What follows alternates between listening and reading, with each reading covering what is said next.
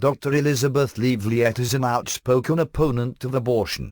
A veteran physician, she has appeared as a guest on numerous television and radio shows, and has delivered speeches in many parts of our nation.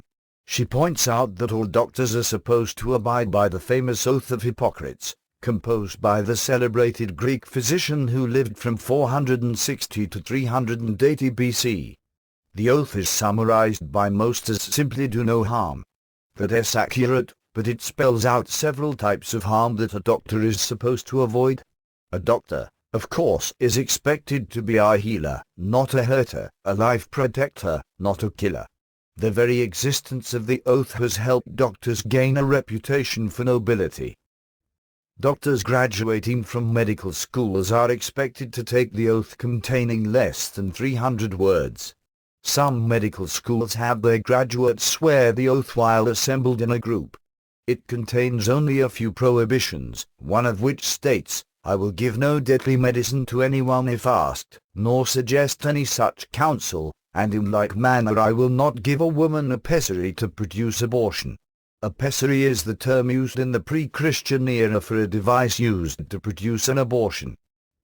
Some medical schools have replaced this specific mention of abortion with, "I will perform no operation for a criminal purpose." If, therefore, a Supreme Court decision removes the criminality of destroying life in the womb, that's okay according to the newly written Hippocratic Oath. The clear prohibition against abortion written more than 2 millennia ago by the man who is rightly labeled the father of medicine has been superseded in numerous medical schools. A former director of the Association of American Physicians and Surgeons, Dr. Vliet is outraged as she notes defenders of Planned Parenthood complaining that calling attention to the group's practices amount to attacking women or blocking women's health. After specializing in treating women for over 25 years, she declares with stern emphasis, abortion is not health care. It is death, the antithesis of life. Yet, notes the good doctor, Planned Parenthood receives $500 million from the federal government every year, and the group performs around 330,000 abortions yearly. And, while demonstrators in places like Ferguson, Missouri, carry signs claiming Black Lives Matter, there are no signs noting that over 50% of the victims of abortion are black or Hispanic. Planned Parenthood was begun by Margaret Singer in 1916. A proud eugenicist, Singer is idolized by today's feminists.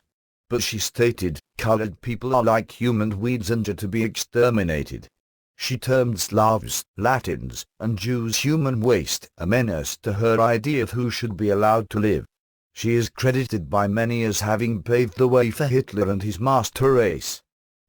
Secretly recorded interviews of Planned Parenthood officials discussing their marketing of body parts of aborted babies have recently evoked cries of foul play from the abortionists and their promoters. Rather than try to defend the ugliness of what they are doing, they attempt to shift the argument to the clandestine interviewers. They should not be allowed to do so. In Congress, moves to bar supplying funds to Planned Parenthood have hit a brick wall, though some angry lawmakers intend to continue the effort to stop taxpayer funding of murder in the womb.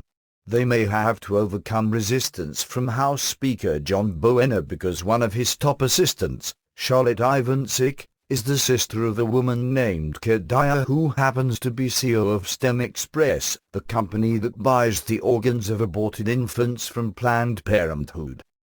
Women's health, says Dr. Vliet, should be focusing on life and health. It should not be seeking ways to defend killing millions of unborn human beings.